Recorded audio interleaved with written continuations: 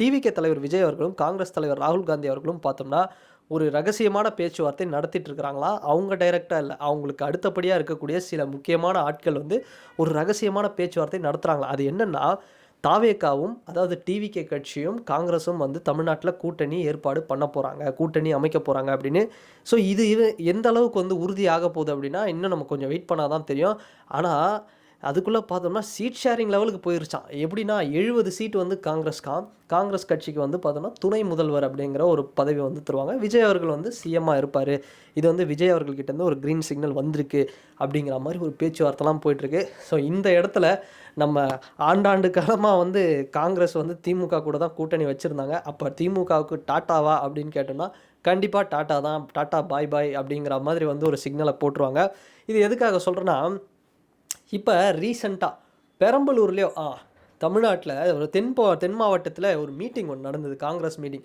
அந்த மீட்டிங்ல ஓப்பன் ஸ்டேஜ்லயே ஒருத்தர வந்து போட்டு உடைச்சுட்டாருங்க. அங்க இருக்கக்கூடிய மாவட்டம் லெவல்ல இருக்கக்கூடிய ஒரு தலைவர், காங்கிரஸ் தலைவர். என்னன்னா, இத பாருங்க, காங்கிரஸ வந்து நீங்க சும்மா 5000 ஓட்டு தான் எங்களுக்கு இருக்கு ஒரு தொகுதியில அப்படிலாம் நீங்க கிண்டல் பண்ணாதீங்க. நீங்க இதே மாதிரி பண்ணிட்டு இருந்தீங்கன்னா, நாங்க எங்க தேவையே இல்ல திமுக அப்படின்னு சொல்லிட்டு நாங்க போய் விஜய் கூட போய் நாங்க போயிடுவோம். என்ன எங்களுக்கு அப்படிங்கிற மாரி ஒரு சர்ச்சை பேச்ச வந்து சொல்லிட்டாரு. இதன் மூலியமா பார்த்தோம் அப்படின்னா, கிட்டத்தட்ட வந்து ஒரு வேள போயிடுவாங்களோ அப்படிங்கிற மாதிரி தான் வந்து இருக்கு. ஏன்னா, அந்த அளவுக்கு வந்து ஏன்னா நான் ஆல்ரெடி ஒரு வீடியோல சொல்லியிருக்கேன். அதாவது ராகுல் காந்தி அவர்களுக்கு திமுக ஸ்டாலின் அவர்களுடைய அந்த இன்ஃப்ளூயன்ஸ் அப்படிங்கிறத தாண்டி, விஜய் அவர்களுடைய அந்த ஒரு ஒரு கரிஷ்மா அப்படிங்கிறது தேவைப்படுது. எதுக்காக அப்படின்னு பார்த்தோம்னா, முக்கியமா தமிழ்நாடு மட்டும் இல்லாம விஜய் அவர்களுக்கு கேரளாலயும் செல்வாக்கு இருக்கு. அப்ப கேரளாலயும் பார்த்தோம்னா, காங்கிரஸ் வந்து ஆட்சிய பிடிக்கிறதுக்கு விஜய் அவர்களுடைய கூட்டணி ஏதோ ஒரு வகையில மிகப்பெரிய அளவுல வந்து அந்த யுக்தி அப்படிங்கிறது அது ஒர்க் அவுட் ஆகும். அதோட பீகார்லயும் பார்த்தோம் அப்படின்னா, காங்கிரஸ்க்கு ஒரு பெரிய சப்போர்ட் இருக்கு. பீகார் எலக்ஷன்லயும் பார்த்தோம்னா, விஜய் அவர்கள கூட்டிட்டு அங்க போலாம்.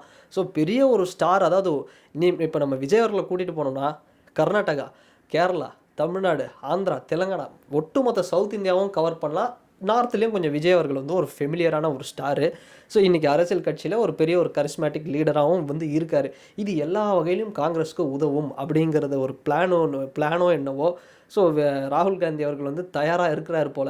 விஜய் அவர்கள வந்து இப்ப நம்ம கொண்டு வரணும் இந்த கூட்டணியில அப்படின்னு கிட்டத்தட்ட 70 சீட்டு காங்கிரஸ்க்கு வந்து ஒதுக்கப்படும் அப்படிங்கிறத சொல்றாங்க. ஸோ இது எந்த அளவுக்கு வந்து உண்மை அப்படிங்கிறது இன்னும் அப்கமிங் மந்த்ஸ்ல வந்து நம்மளுக்கு கண்டிப்பா தெரிஞ்சிருங்க. ஸோ இந்த இடத்துல நம்ம இன்னொரு விஷயம் நம்ம என்ன பார்க்க போறோம் அப்படின்னா, ராகுல் காந்தி அவர்கள் வந்து கைது செய்யப்பட்டாருங்களே. கைது மீன்ஸ் ஒரு நாள் அந்த அரெஸ்ட் பண்ணப்பட்டாங்க. இந்த நாடாளுமன்றத்தை முற்றுகையிடும் பொழுது, இந்த மாரி ஓட் ஷோரி இந்த விவகாரத்தினால வந்து ஒரு ஒரு பெரிய ஒரு சர்ச்சையெல்லாம் போயிட்டு இருந்தது. மினிஸ்டர்ஸ்லாம் நெறைய பேர் சமாஜ்வாடி பார்ட்டி கட்சி தலைவர் அந்த பேரிகேட்ஸ் எகிறி குதிச்சாரு. இது மாதிரியான விஷயங்கள்லாம் நடந்தது. அப்போ ராகுல் காந்தி அவர்களுக்கு வந்து இன்னைக்கு நெறைய பேர் சொல்றாங்க. விஜய் பார்த்தோம்னா, ஏன் ஓட் ஷோரி பத்தி வந்து மதுரை மாநாட்டுல பேசல? அட நான் என்னத்த சொல்றது? அதுக்கு தான் டெய்லி வந்து பாலிடிக்ஸ வந்து டிவிக்கு என்னென்ன பண்றாங்க அப்படிங்கிறத நோட் பண்ணணும். விஜய் அவர்கள் ஓட் ஷோரி பிரச்சனை பீக்ல இருக்கும்பொழுதே அந்த டைம்லயே அவர் வந்து வாய்ஸ் குடுத்துட்டாரு. இத நீங்க கவனிக்கலாம் நம்ம என்ன பண்ண முடியும்? அதாவது ஃப்ரீ அண்ட் ஃபேர் எலக்ஷன் வந்து நடக்கணும். ஜனநாயக நாட்டுல தேர்தல் ஆணையம் வந்து இப்படி பண்றது சரியில்ல. அவங்களுக்கு நம்பிக்கை வர அளவுக்கு வந்து அவங்க சில வேலைகள பண்ணணும். மக்களுக்கு தேர்தல் கமிஷன் மேல நம்பிக்கை வர அளவுக்கு அவங்க வந்து எலக்ஷன வந்து இந்த ஃபேர் அண்ட் ஃப்ரீ எலக்ஷன் வந்து நடத்தணும். அதே மாரி இந்த பீகார்ல இப்ப நான் கணக்கு எடுக்குறாங்க பார்த்தீங்களா? இந்த தேர்தல்ல இந்த வோட்டர்ஸ் லிஸ்ட் இதெல்லாம் வந்து சரியா எலக்ஷன் கமிஷன் பண்ணணும் அப்படின்னு யாரு குரல் கொடுத்தா அப்படின்னா, விஜய் அவர்கள் ஓப்பன் ஸ்டேட்மெண்ட்டே குடுத்துட்டாரு.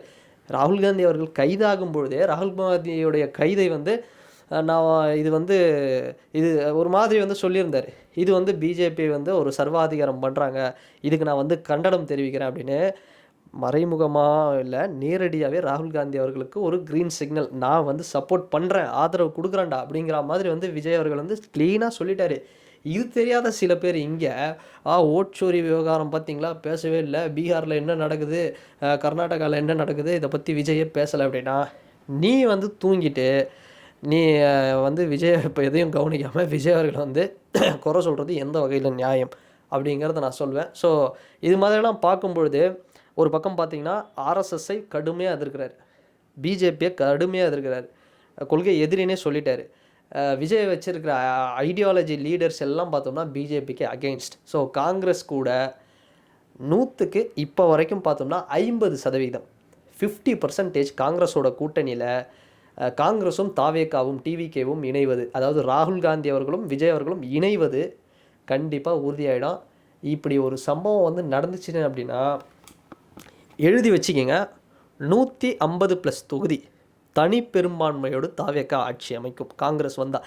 எதுக்காக சொல்கிறேன்னா, காங்கிரஸ் வந்தாங்க அப்படின்னா கண்டிப்பாக திருமாவளவன் அவர்கள் வருவார். கண்டிப்பாக கம்யூனிஸ்ட் கட்சிகளும் விரும்புகிறாங்க. கம்யூனிஸ்ட் பார்ட்டி சிபிஐயாக இருக்கட்டும், சிபிஐஎம்மாக இருக்கட்டும், 2 கட்சியுமே வந்து தாவேகாவோட இணையணும். ஏன்னா நல்லக்கண் ஐயாவை பற்றி இப்போ மாநாட்டில் வந்து சொல்லியிருந்தார் விஜய் அவர்கள். ஸோ அதனால் அது வந்து வாய்ப்பு இருக்குது. அதே மாதிரி தேமுதிக வரதுக்கு வாய்ப்பு இருக்குது. ஸோ இப்படி ஒன்று நடந்தது அப்படின்னா கண்டிப்பாங்க, நான் நல்லா நோட் பண்ணிக்கங்க. நீங்கள் வந்து அதுக்கப்புறம் கூட வந்து என்னை வந்து நீங்கள் திட்டுங்க இப்படி நடக்கலைன்னா.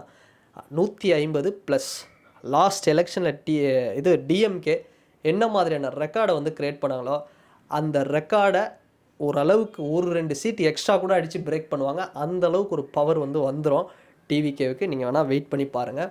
ஸோ வெயிட் பண்ணி பார்க்கலாம். டிவிகே தளபதி விஜய் அவர்கள் அண்டு காங்கிரஸ் தலைவர் ராகுல் காந்தி, இவங்க 2 பேருமே வந்து சீக்கிரம் ஒரு பாரத் ஜோடோ மாதிரி யாத்ரா போகிறதுக்கான காலம் ரொம்ப தூரத்தில் இல்லை அப்படின்னு தான் நினைக்கிறேன். ஸோ வெயிட் பண்ணி பார்க்கலாம். ஸோ இந்த வீடியோ பற்றின உங்களுடைய கருத்துக்கள், தாவேகா காங்கிரஸ் கூட்டணி பற்றின உங்களுடைய கருத்துக்கள் என்ன அப்படிங்கிறது இந்த கமெண்ட் செக்ஷனில் மறக்காமல் பதிவிடுங்க. அண்ட் வேறு ஒரு வீடியோவில் வேறு ஒரு கான்டென்ட்டில் நான் உங்களை பார்க்குறேன்.